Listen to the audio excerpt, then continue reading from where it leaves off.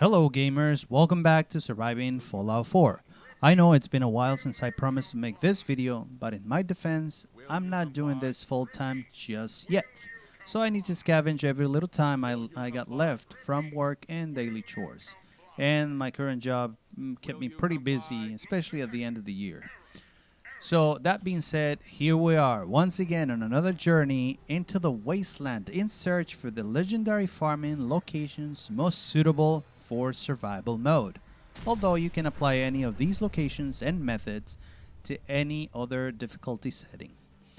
In today's video, we are venturing into Sunshine Tidings co-op as promised.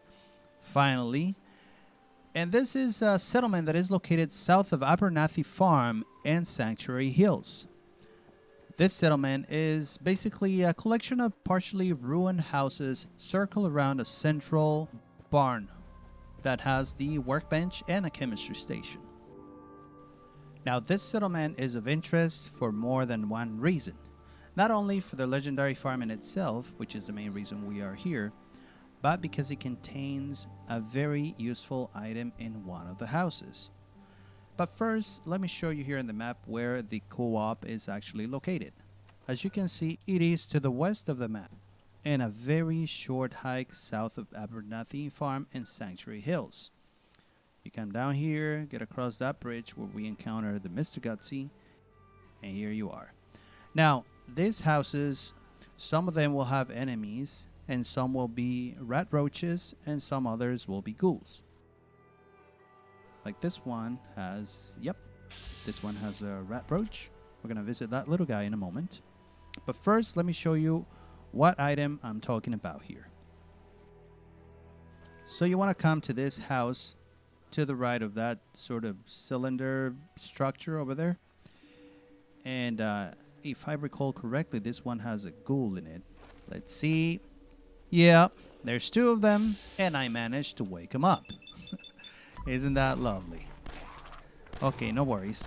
We're going to take care of these guys. Oh, look, we actually have a legendary ghoul in our hands, which simply means that you may very well use these houses for legendary farming. But that is not the method that I'm going to show you in this video. It simply means that you can farm here.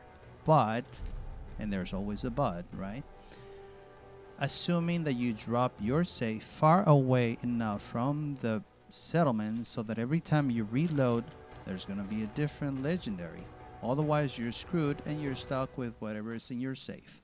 But no worries, the method I'm going to show you is way simpler and much more effective.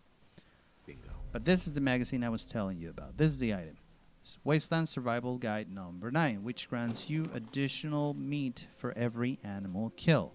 And that is damn helpful, especially when you are starting the game, which is the whole point anyways, right? Because when you're at level 200, who cares about legendaries? You can just walk around with a knife and you're set. Okay, let's test the effects of the magazine on this little guy here. Hello there. No worries, we're here just to collect your meat, so if you can please hold still while I take... Oh my god. Like, you just love it when you miss from a 95 hit chance from a feet away. Anyways, we got 2 rat roach meat from 1 kill. Not bad, huh? Okay, enough foreplay. On to the legendary farming. That is the whole point of this video. So the trigger point is actually this tiny little shack that's here on the outskirts of the settlement. It's just to the south of it, and it's actually located outside the construct area. And what it is just a small wooden box on stilts with a mattress and a loot box. But first, let me show you where the raiders appear. There's going to be 2 raiders that will show up on this sort of clearing down here. And like in previous videos, we're going to go ahead and prep the terrain. Because these raiders, as soon as they sense you, they're going to attempt to take cover by these trees. And actually, they're going to attempt to flank you. So one of them is going to walk around here, take cover by these rocks. So we're going to place some mines here. And they might run to these trees as well. See, they get spooked as soon as they sense you. So if we place another mine here, is that an overkill? Okay, anyways. Now let me show you how the trigger point or how the trigger works. But you know what? Actually, before that, let me give you a couple of tips. Like in previous videos, make sure you have your critical meter build up, like I do here, and also your adrenaline. I only have 25% more damage output because I haven't killed so many enemies so far. Now, this is your trigger point, the loot box. As soon as you grab anything out of that box, the raiders will appear. So make sure you don't grab anything until after you have dropped your save. Alright, so we'll kill the light here. Sleep for 1 hour. That's going to bring our adrenaline down to 15%. Alright, let's give it a first go. See, there they are. Huh. Went for the money, didn't he? Just like I told you. And yep, there's the other one hugging the wall. Hello, and goodbye. All right, let's take a look and see what we got on the first try. Did we get any luck? Yep, there we have it. Our first legendary with he was carrying a kneecapper laser musket. Now, another tip. Let's say you fancy this weapon. You sort of like it, but you're not sure you want to keep this and move on.